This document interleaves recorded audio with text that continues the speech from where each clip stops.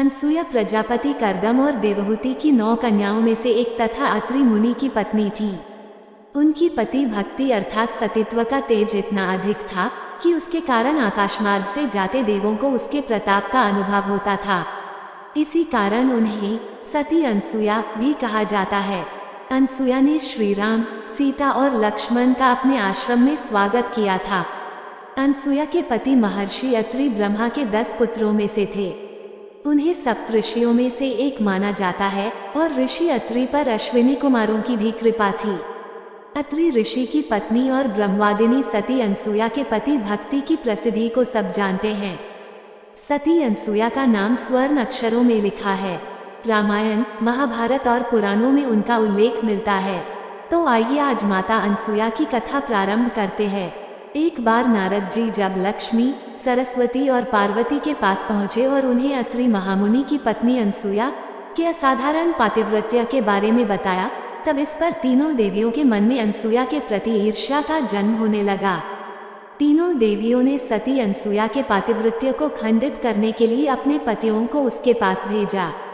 विशेष आग्रह पर ब्रह्मा, विष्णु और महेश ने सती अनसुया के सतीत्व और ब्रह्मशक्ति की परख करने की सोची।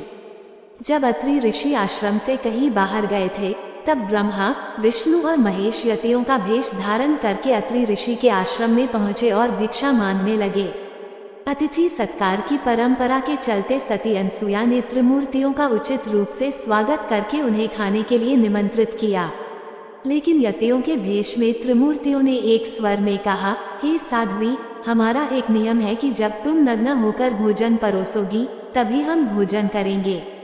अनसुया अपने सतीत्व के तेज से जान चुकी थी कि यह तीनों कौन है।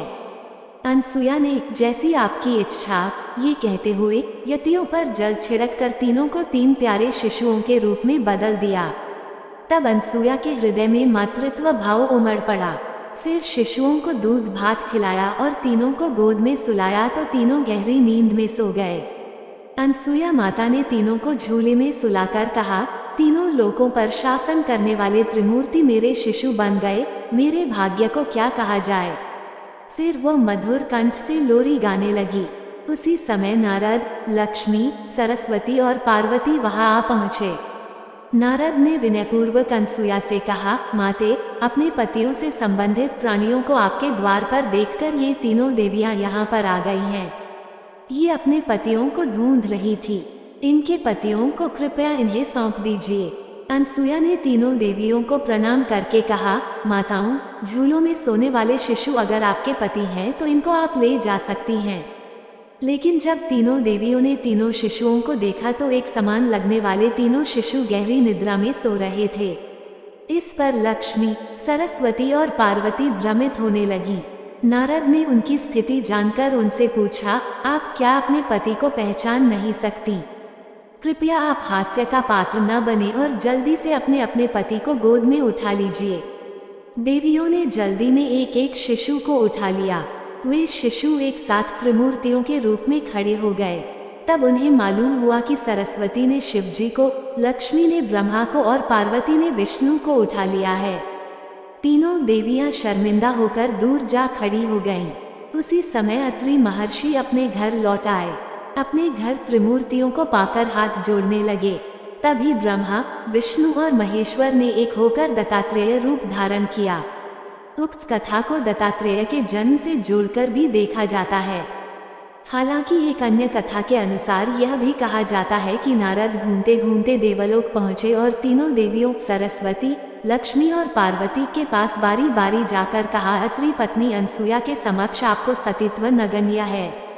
तीनों देवियों ने अपने स्वामियों विष्णु, महेश और ब्रह्मा से देवर्षि नारद की यह बात बताई और उनसे अनसुया के पातिव्रत्य की परीक्षा करने को कहा।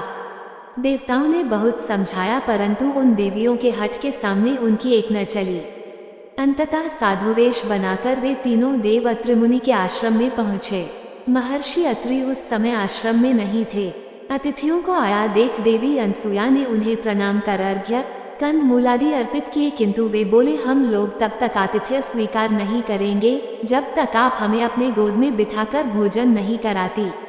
ये बात सुनकर प्रथम तो देवी अनसुया अवाक रह गईं, किंतु आतिथ्य धर्म की महिमा का लोप न जाए, इस दृष्टि से उन्होंने नारायण का ध्यान किया, अपने पतिदेव का स्मरण किया और इसे भगवान की लीला समझकर वे बोली, यदि मेरा पातिव्रत्य धर्म सत्य है तो ये तीनों साधु 6 मास के शिशु हो जाएं। इतना कहना ही था कि तीनों देव 6 मास के शिशु हो रुदन करने लगे।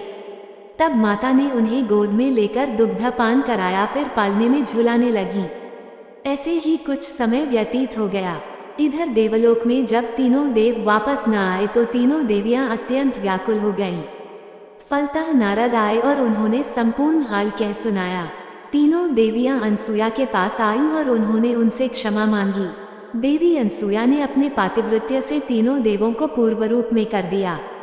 इस प्रकार प्रसन्न होकर तीनों देवों ने अनसुया से वर मांगने को कहा, तो देवी बोली, आप तीनों देव मुझे पुत्र रूप में प्राप्त हों। तथास्तु कहकर तीनों देव और देवियां अपने अपने लोक को चले गए। कालांतर में यही तीनों देव अनसुया के गर्भ से प्रकट हुए। ब्रह्मा के अंश से चंद्रमा, शंकर के अंश से दुर्वासा तथा विष्णु के अंश से दत्तात्रेय।